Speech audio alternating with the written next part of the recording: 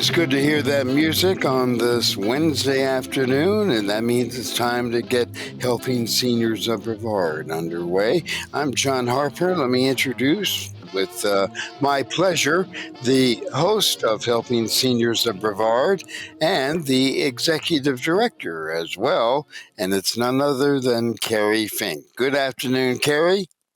Hey there. So good to join us around the radio every Wednesday at 12 noon for our lunchtime gathering. It's the Helping Seniors radio show.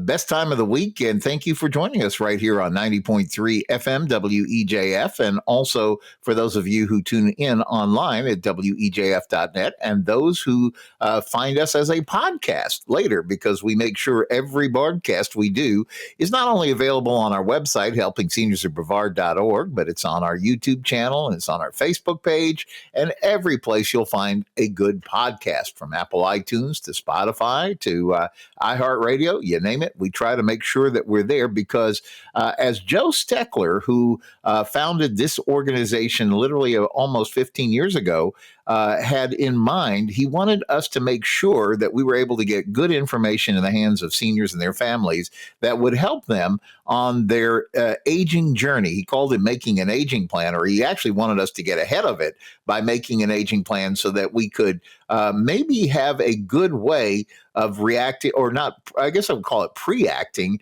in case stuff comes down the pike. We here in Florida understand hurricane plans, so we understand it means we don't want a hurricane. We just want to be ready for it. And so today I'm so excited that we have our great guest, great friend of the Helping Seniors organization. He is noted area periodontist, Dr. Lee Sheldon. How are you today, sir? Kerry, it is good to be with you and with John and with Jim and with all of you. And I'm doing great. Thank you.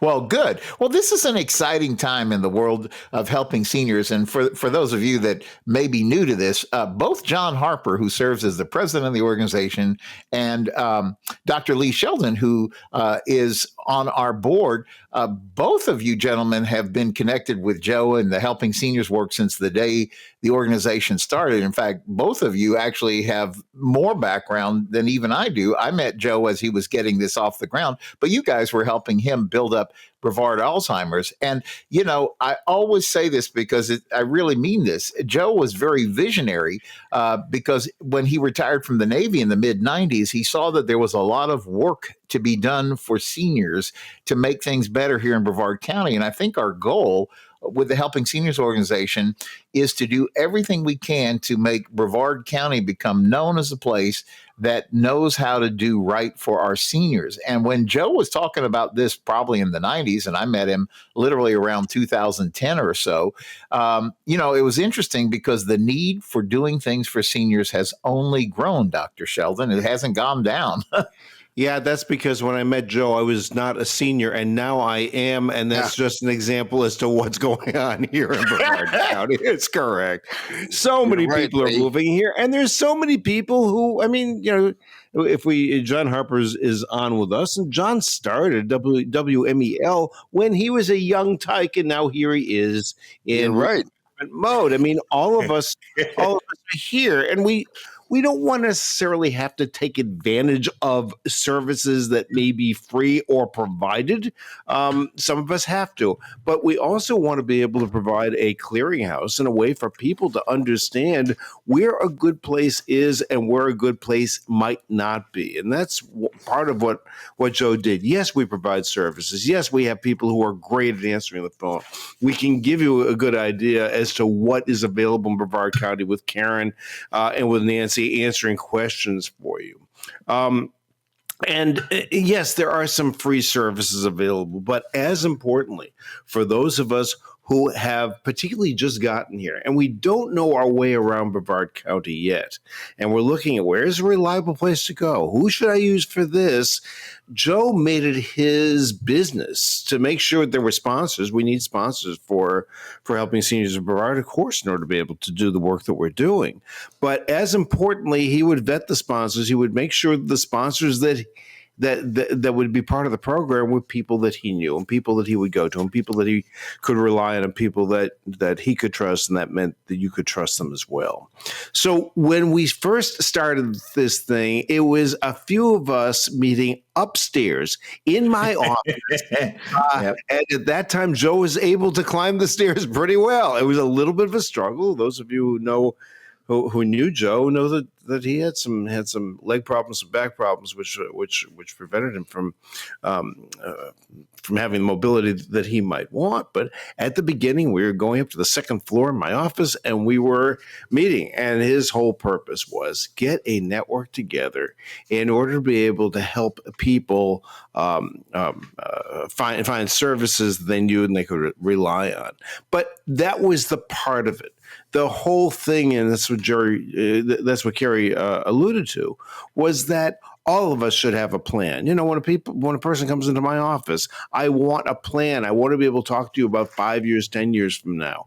That's what Joe wanted to do too. He wanted to make sure that there was an aging plan, so that listen, there's going to be surprises anyway. We all know there's going to be surprises. But at least we can plan for those surprises and know when X happens, Y kicks in. And that was Joe's whole purpose in creating Helping Seniors of Brevard.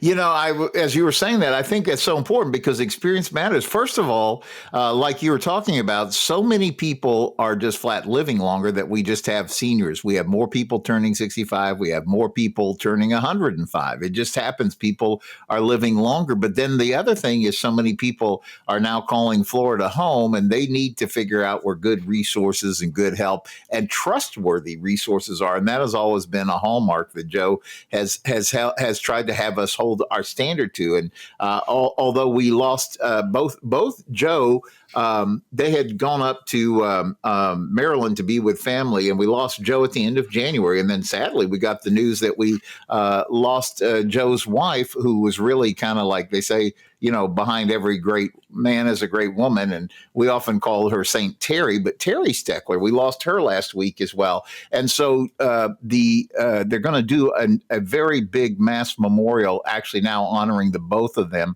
It's going to be June 7th at 10:30 at Holy Name of Jesus, the fine Catholic church that's right there beachside on A1A. And we're going to make sure, of course, that there's plenty of information and notice about that. But we really honor them both because they were the for sure, Terry was was behind the scenes in the engine room keeping Joe running. But the two of them really dedicated everything that I could ever see was about service to others, and particular for seniors. Just wonderful people, Dr. Sheldon.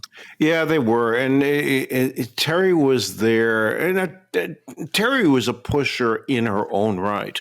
But when it came to devotion to purpose, she was totally aligned with Joe, and she provided a lot of the support for Joe. And Terry, absolutely, as we were doing radio programs together, and we were doing other things together, even before that, even when we were doing TV together, it was Terry always with Joe, always providing the support structure, providing and also entertaining people. And so, you know, the two of them, if you want a definition of team, it was Terry and Joe. No, that's so true. And, you know, they set a real standard for us that we're holding ourselves to and trying to do more to expand the work of helping seniors. And I'm really excited, Dr. Sheldon, as we are moving forward. There's so many neat programs that are going on. And I know we have a show for today called the Endoscope, Ideal for Periodontal Therapy. And we're going to spend a lot of time talking about that. I'm going to save some time toward the end of the program to talk about some of the great events that are coming up. I'm excited, for example, literally tomorrow, we are going to be honored by the Neighbors of Suntree. It's a great group that puts together a charity that they would like to support each year. And they chose Helping Seniors of Brevard last year. And they're going to, they've invited us to come and speak at their lunch. And they're actually selected Helping Seniors to be that charity, to be honored for the 2024 year. And so we're excited to be able to visit with them tomorrow. And then literally the next Wednesday, which would be the 16th, we would be 17th. I'm sorry, a week from Thursday.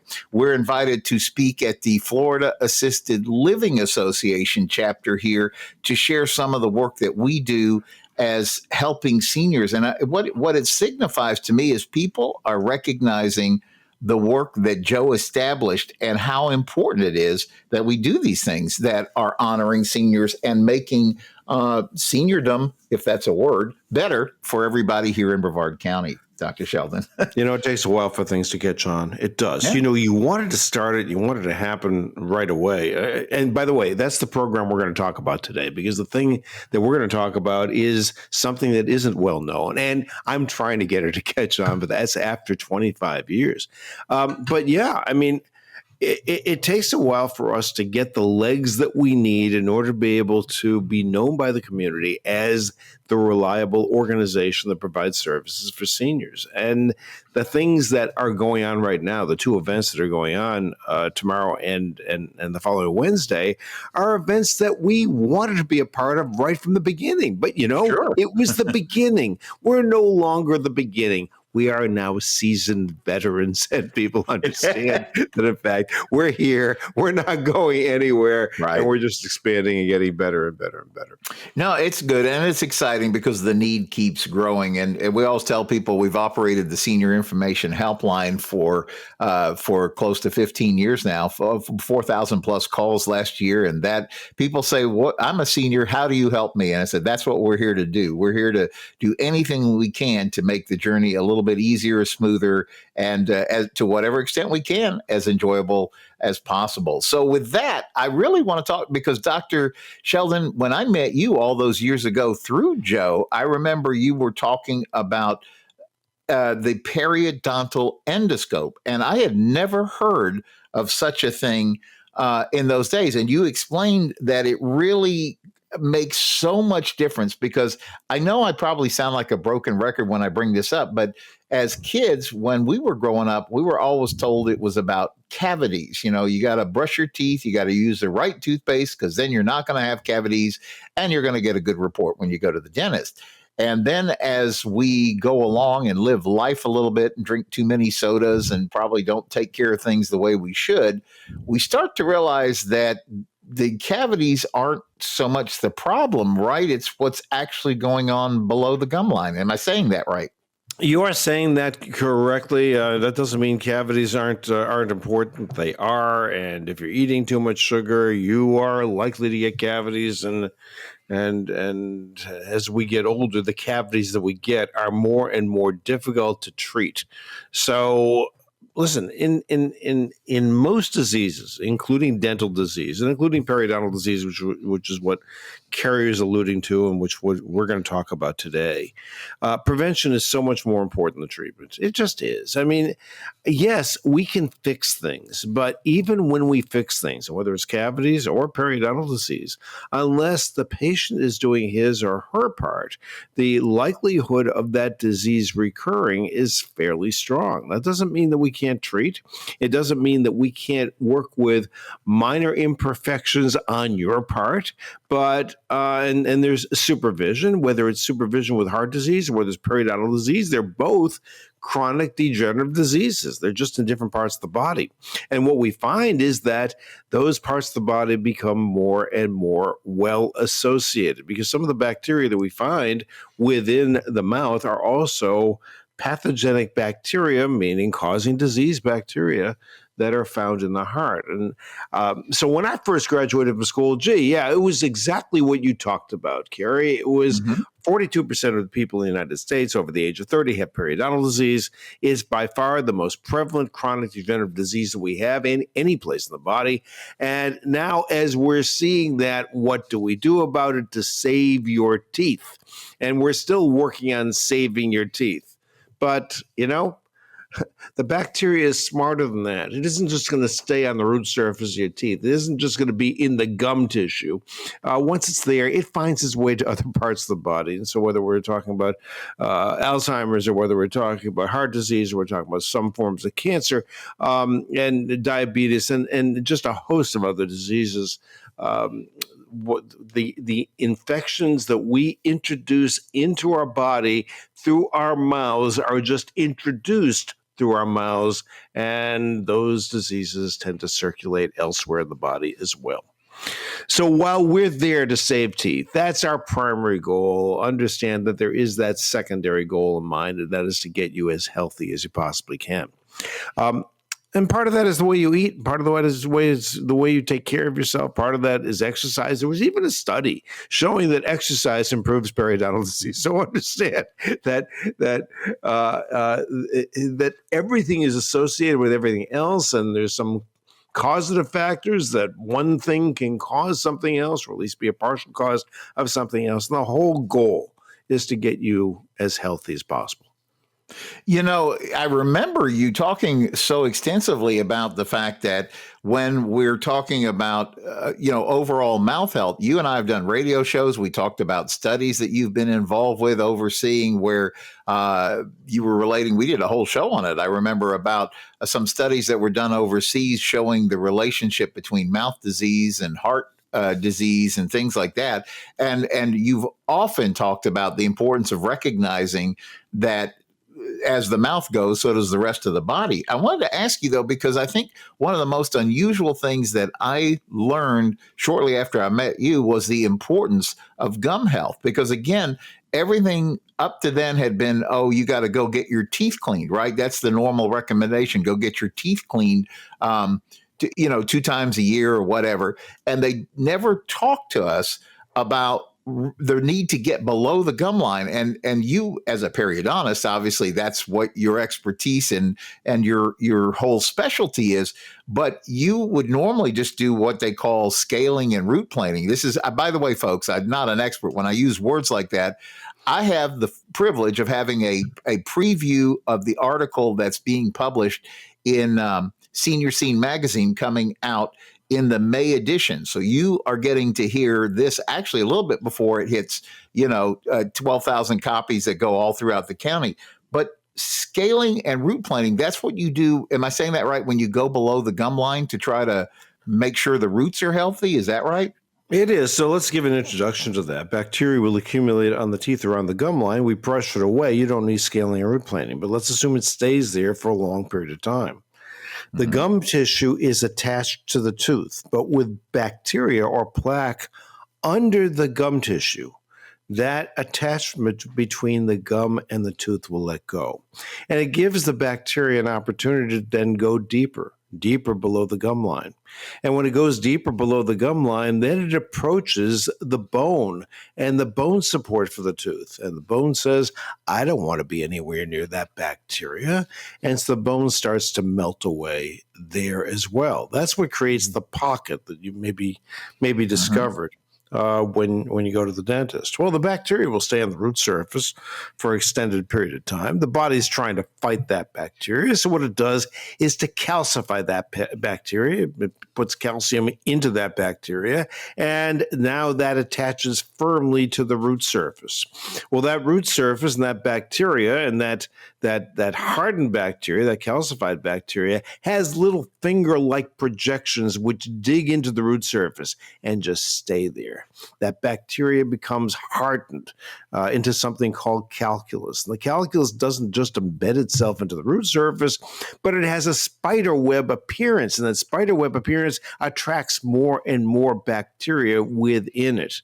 And so we have this chronic infection now going on, a spider web, which is very hard, very difficult to remove, very difficult to even detect, and that accumulates bacteria within it. In addition, the calculus itself, that calcified mass of bacteria, is a toxin in and of itself. And that toxin now is regarded by the body as a poison.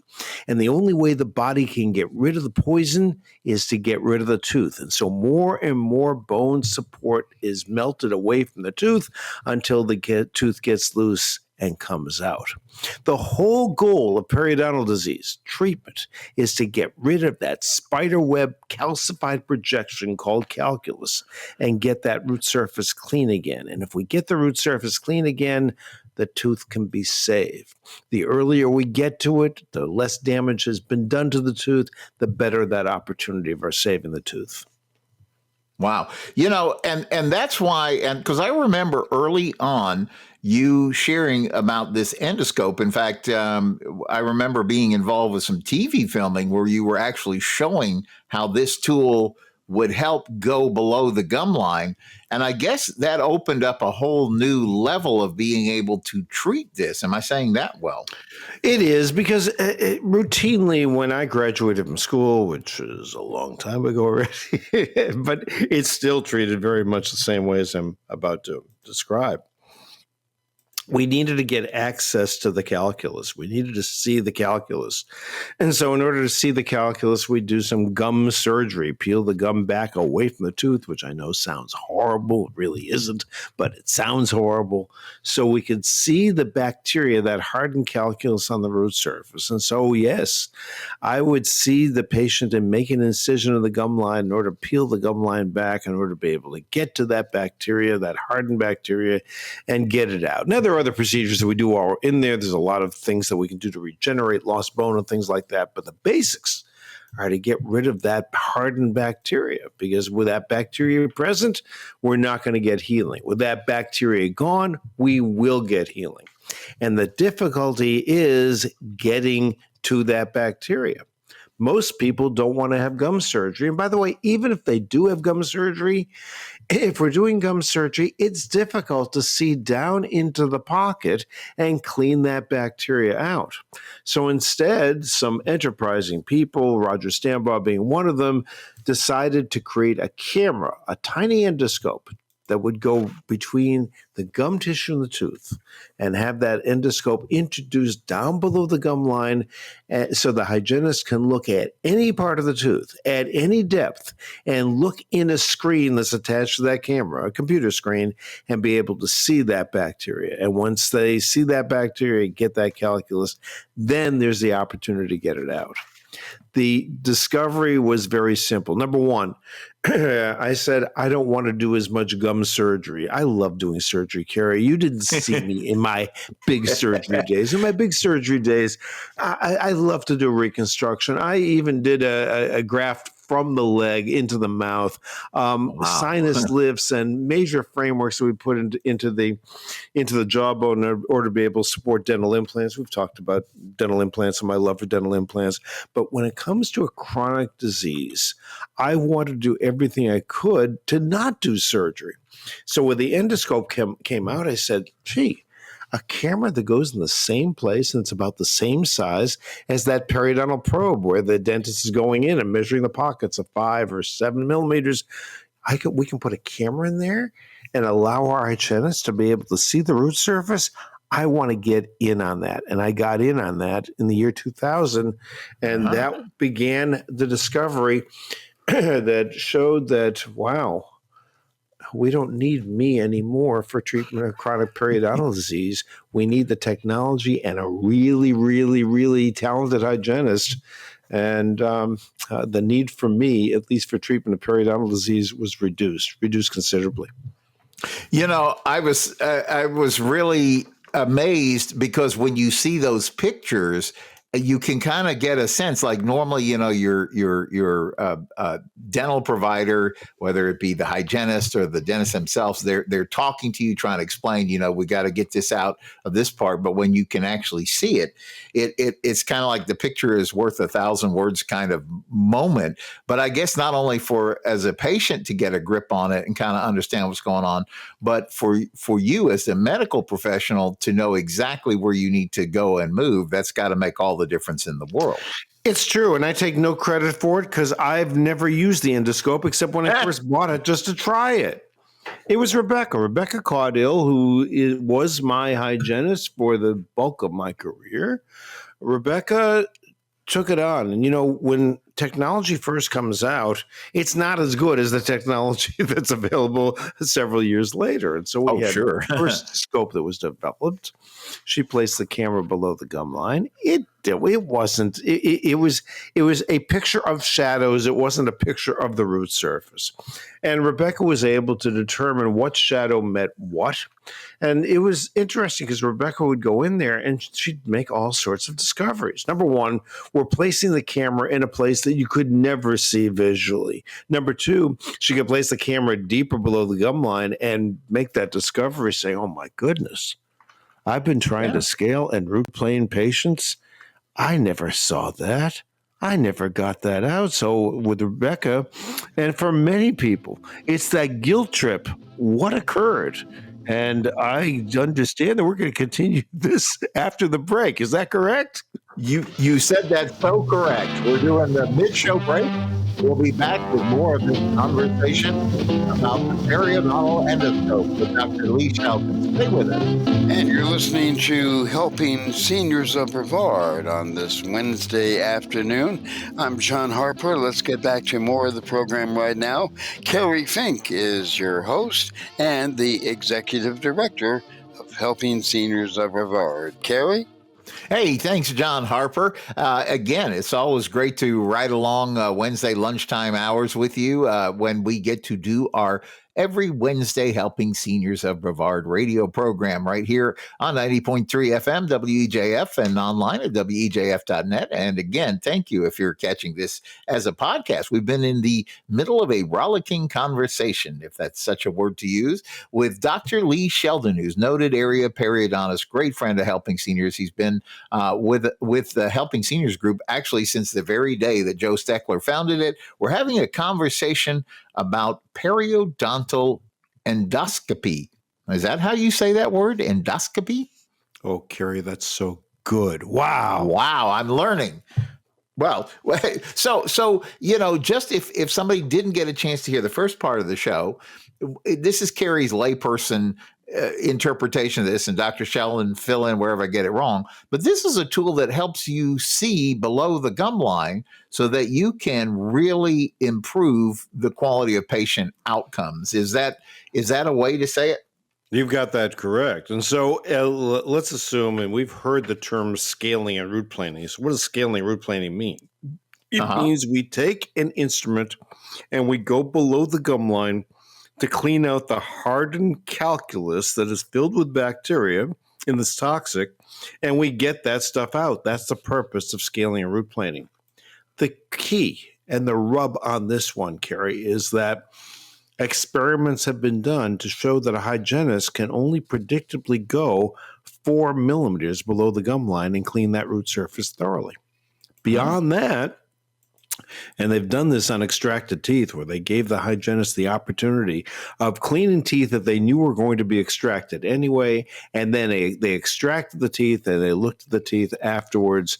And these hygienists had taken like 30 or 45 minutes on each tooth. And you could only go predictably 4 millimeters below the gum line.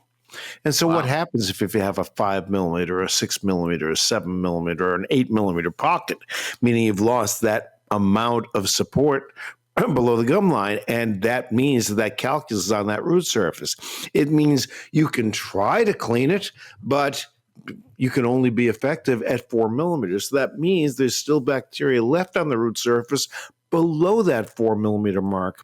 If you have the bacteria on the root surface, no matter how hard you try, if the bacteria remains there, you're not going to get healing. And so routinely, we would do that kind of treatment, and then I'd reevaluate the patient. I'd say, all right, we need to do surgery here, we need to do surgery here, we need to do surgery here in order to be able to get that calculus out. And so the patient would see Rebecca first. Rebecca would then do the best she could. This is before the scope. And then I would see the patient for reevaluation and say, all right, let's schedule this surgery to be done. After Rebecca got the scope and after Rebecca went through the struggles of identifying where the bacteria was and seeing the root surface magnified 40 times and trying to find the instrumentation that would get her to the point where she could remove that calculus, At that point, then I'd see patients for reevaluation. I'd say, you don't need surgery. You don't need surgery. You don't need surgery. You don't need surgery, because Rebecca was able to handle it all. Oh, wow. I guess that's I was thinking about the analogy of if you're a pilot and they have what they call visual flying rules, which means you can see out the windscreen and see what's going on around you. And then they have something called instrument flight rules, where you can't really see what's going on, and you're kind of having to look at your gauges and dials and make sure that everything is operating correctly and you're in the right position and all that. And I was thinking, is that a reasonable way to describe that periodontal endoscope lets you get in there and see places so you can be that much more effective, it seems like. And in fact, you say that often that saves patients money. How does that happen, I guess? Well, to be quite blunt, I'm more expensive than the hygienist is. Okay. So, doctor's time is doctor's time, hygienist time is hygienist time. And if we're then taking advantage of the hygienist to do the work, and the hygienist can do the work that I would have otherwise done, then the fees can be, and we've estimated, about 40% less expensive than what would happen if I were doing the work, work myself. The other thing is, frankly, the hygienist can do a better job than I can, because the hygienist knows how to use the scope. Even if I were doing surgery, I still have to be able to get access and be able to see down into the pocket.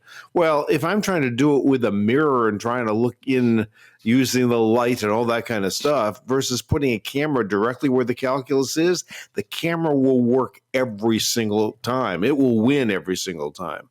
And so then the opportunities for getting the root surface clean are far greater when you have somebody who's skilled, and I emphasize skill. This is a skilled profession. Mm-hmm. When someone is skilled to, number one, look at the root surface, identify the calculus on the root surface, and then come up with the right instrument to get into that root surface and get that material, get that bad stuff out, and then to re-inspect the root surface to make sure that root surface is clean. You've got somebody who's that talented, who can use the scope. You've got greater opportunities to see the hygienist and never have to see me for treatment. Yeah, well, I think that's also, there's like so many reasons to get ahead of the curve on this. Number one, you got to go to somebody that makes use of this kind of technology. You and I were talking about in the first half of the show that you were kind of a trendsetter, as you have been on so many things, about bringing this into your practice. I think almost 25 years ago. And of course, technology just keeps getting better. But the other factor that really seems to become more and more evident is the fact that there is a connection between what's going on in gum disease and your overall health. We alluded to that in the first part of the show as well. But it really seems like the better you can get down there and work on this, it's probably going to not only impact your mouth health, but it could very much help overall health, I'm thinking. Absolutely right. If we have bacteria that has a source in the mouth and we're never getting that bacteria out, and that bacteria below the gum line that's attached to the root surface is being continually fed into the bloodstream. If we don't get that bacteria out, that continuous feed of bacteria goes from the root surface into the area surrounding the root surface, which is the gum tissue, and then has direct access into the rest of the body. It's an open wound. It's a sore. It's an ulcer. Wow. And if we can get rid of the bacteria, that open wound, that ulcer heals, and then the opportunity for that bacteria to get from the root surface into the bloodstream, that's gone. That door is closed. And once that door is closed, then it's very difficult, if we maintain things correctly, very difficult for that door to reopen. Now, that doesn't mean that if you're prone to a disease, you can continue to be prone to a disease. But if we look at you and we make sure that those doors continue to remain closed after we do the initial treatment, the opportunity for that disease to reoccur is that much smaller. And the opportunity then for you to be healthy is that much greater.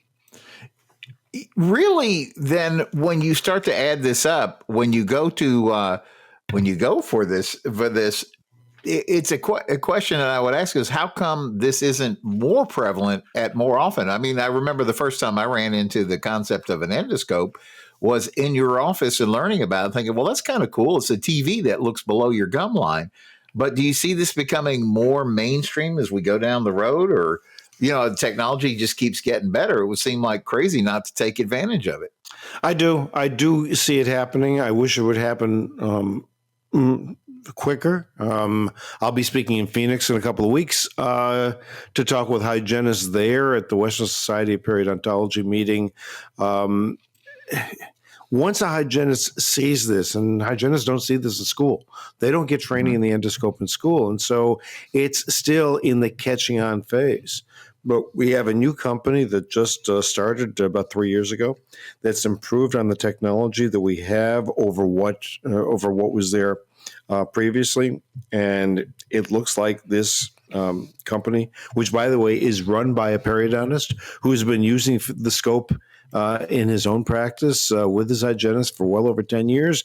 So it looks like it has legs, but still, like anything, it has to catch on.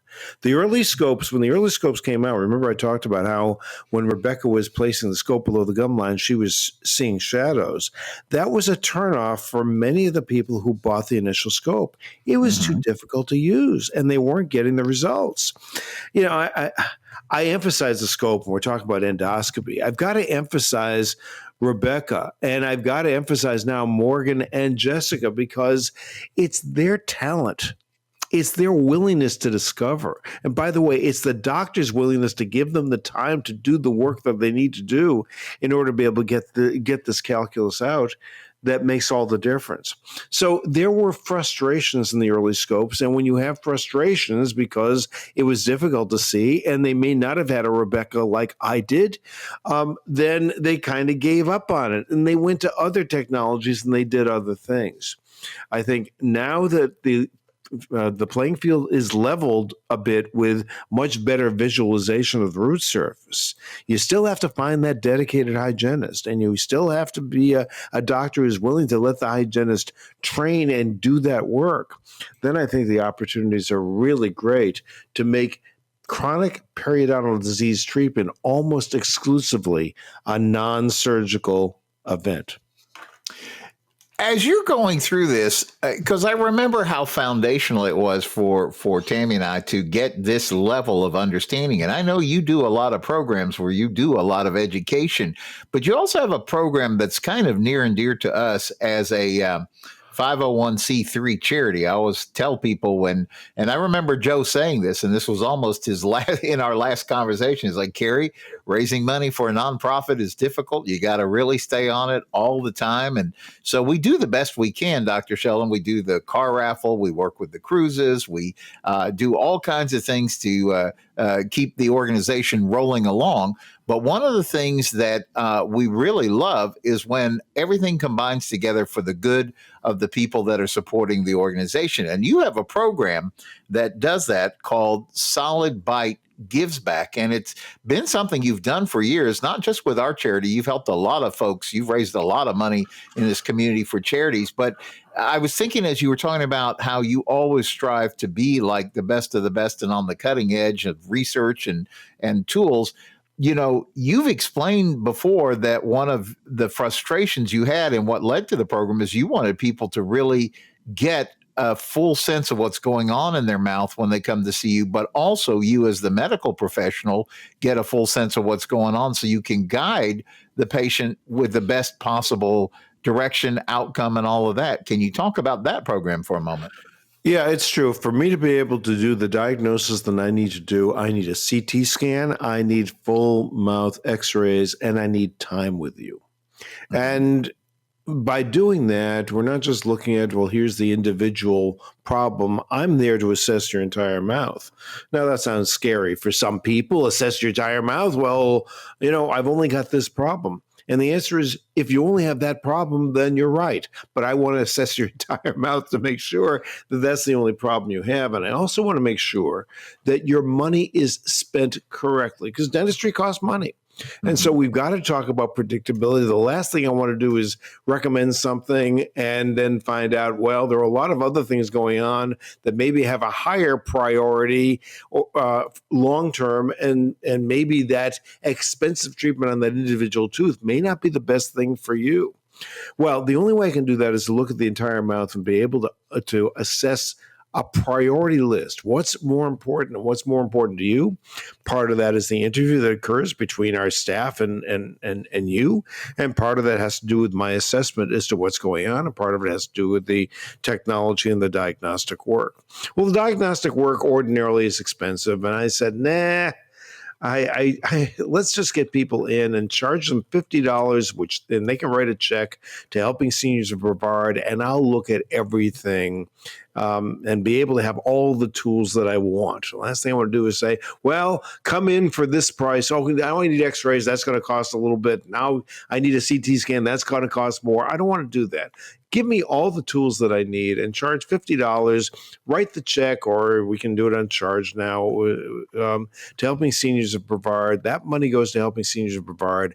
I get the tools that I need in order to be able to assess you, and then I can come up with what might be a treatment plan, or not what might be is a treatment plan, or several alternatives of treatment plans that will fit your needs. And we are very close to raising $300,000 in this program. Wow. Well, that's what I said. It's kind of win-win-win, because the patient surely wins because they're getting, I think you've described it as a $700-800 visit for what amounts to a $50 donation to the Helping Seniors organization. Or, you guys have several charities that you've helped over the years, and we are certainly blessed by it. But it gives you the tools that you need as the medical professional to make the best diagnosis and help the patient really understand, what's on the plate here. But at the same time, it's really just a great tool to help the organization keep itself moving. So if somebody is interested and they're hearing us talk about this Solid Bite Gives Back program, and they say, hey, I'm interested, I'd like to learn a little bit more about that and maybe schedule that appointment, what do they do next? A couple of ways. Number one is just call us, 321-259-8000, and just say, I heard Lee on Helping Seniors of Brevard, and our staff will know exactly what to do to schedule that appointment. Another way of doing it is if you're listening on Spotify or listening online and the office isn't open right now, just go to solidbite.com, solidbite, SOLIDBITE.com, and there's online scheduling available for you as well. No, this is good. And so anytime, by the way, a lot of times numbers will fly by or dates will fly by, and I'm fixing to go into some dates and numbers that hopefully I'm giving you a heads up so you can grab something to write this down on. But at the same time, if you hear us talking about something on the radio, maybe you're in the car and it's just not practical or safe to be able to take this information down, that's fine. As long as you remember the Helping Seniors info line number, which I'm going to give you here in just a second, that's a great way. You can always call Karen or one of our great volunteers and say, hey, I heard them talking about such and such on the radio, but I didn't get to write down the number or the person's name or the date of that thing or whatever. Just give us a call. We're here to serve you. There's no other reason for Helping Seniors to even exist other than to do our best at helping seniors and their families here in Brevard County. So that Senior Information Helpline is 321-473-7770. I'm going to say that again so you can jot it down or make sure you got it down correctly. It's area code 321, because we live here on the Space Coast, right? 321-473-7770. And Dr. Sheldon, I wanted to save a little bit of time out at the end of the show because there are so many neat things that are on the schedule this month. In fact, every second Friday, talking about overall health, we have been partnering with our friends at AARP. We do a program called Walk with the Doc. Right now it's at Merritt Square Mall there in Merritt Island. We gather every Friday, 9 a.m., And Lydia Rivera, who is a wonderful, wonderful person, but she is an ARNP, and she is our doc that leads the Walk with the Doc program. And this is, we started this in January, and Dr. Sheldon, it's been amazing to see how the group grows. It's like 40 or 50 people who come out there. They lead us through some little stretchings and things like that, and they have snacks, they have T-shirts, they have pedometers. It's all free, all presented by ARP Florida. But the cool thing is that Lydia Rivera, you get to go walk around the mall with her. And I've seen people ask all these medical questions. Like, you get in to see the doctor, the time is very precious. And about all you can do is maybe squeak out the first question or two on your list. But Dr. Sheldon, she really takes the time and is so personable and just such a friendly person with so much knowledge. It's really just fun to see people interact on all that. Let's ask Lydia if she wants a dental person to walk along with her someday. You should do that. We will. Wouldn't that be fun? It's actually this Friday, but it's every second Friday, 9 a.m., and it's so well organized. Karen Civitate, who's the lead volunteer here in Brevard County for ARP, she does such a good job. She gets her team of volunteers out there. They have little snacks. They have free T-shirts. They have pedometers. That is great, Kerry. I didn't know about this program. I mean, I remember ARP came into the meetings, but I didn't realize this was an every Friday or every other Friday event. And where it's the Merritt Square Mall. Merritt Square Mall, and it's the second Friday of each month. They are hoping to expand this program, maybe bring it into Palm Bay and also Melbourne. So we're excited to see all that. So that's a thing that's happening this Friday, 9 a.m., Merritt Square Mall. And yes, Dr. Sheldon, you are so welcome to come out. I'm going to go up there. I'm going to surprise her. Good. Well, we're always out there. The Helping Seniors team is always there supporting this. And because it's just, every time you go to a doctor, right? What do they say? You need to get out. You need to move more. And what's cool about this is not like it's a run or a marathon or something. You take it at your pace. Some people, walk at the very front, and some people say, well, I can't do but just a little bit. So it's just whatever you do, and there's no shame in the game. It's just, let's get out. And it's sort of becoming a little bit of a social club too, because everybody just loves to get together for that. So that's one part whenever you see something expanding like that, it's catching on. More and more people each time. Wow, that's fantastic. No, it's great. And then on Saturday, we're going to be back out at the American Muscle Car Museum because it is the third annual all European car show. So you're saying, well, we give away primarily American cars because that's what AJ Hires has. I mean, there's a Mazda Miata. It's not European, but it's a cool car. There's a, Dodge, the Dodge Hornet, which is a little sporty car, but it's not European as far as I know. But anyway, they're kind enough to invite us out to hawk our Helping Seniors car raffle tickets, which is so important because that's a great way for you to support the work of Helping Seniors. And Linda Ropp, who is the one of the head people with the British MG Club, they put this wonderful event together at the American Muscle Car Museum. It's from 10 to 2, right there at Mark Pylock's amazing museum. So you can come out and get your tickets, see a lot of very cool and exotic European cars, and get ready for October 26th, because that's the date you want to be sure you have on your calendar. Why? That's the 9th annual Helping Seniors car raffle. Last year, our winner, James Newman, he picked up that beautiful Chevrolet Colorado pickup truck and is tooling around Cocoa and nearby areas with that and loving every minute of it. You should have that same experience. How do you do that? You get a Helping Seniors raffle ticket, 1 for $25, 5 for $100 donation. You get them at helpingseniors.carraffle.com, or again, you can just call us 321-473-7770. And within days, we should be having the tickets out actually at your office, Dr. Sheldon, because you've always helped us by you put up the poster, and if people come in, your place is another great place to pick up the tickets. That's right. And our place is very close to the museum. So if you've never been on the western part of Sarno Road, just go a little bit farther beyond our office, and there you are at Mark Pylock's museum.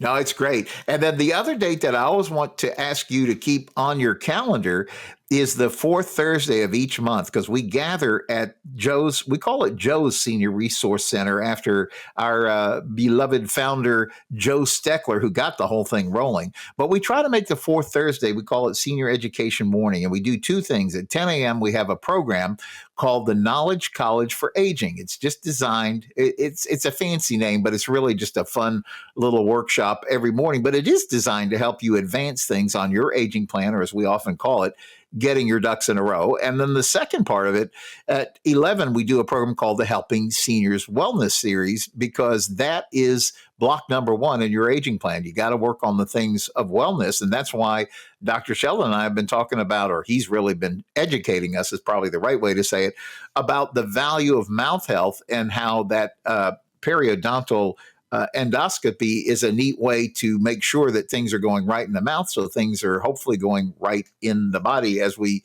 go along with all of it. But that happens, actually, it's the 24th, so that would be 2 weeks from Thursday, and it happens from 10 to 12. It's free at the Joe Senior Resource Center right there in the Omni Healthcare Building on the medical campus downtown, 1344 South Apollo Boulevard. We're on the second floor.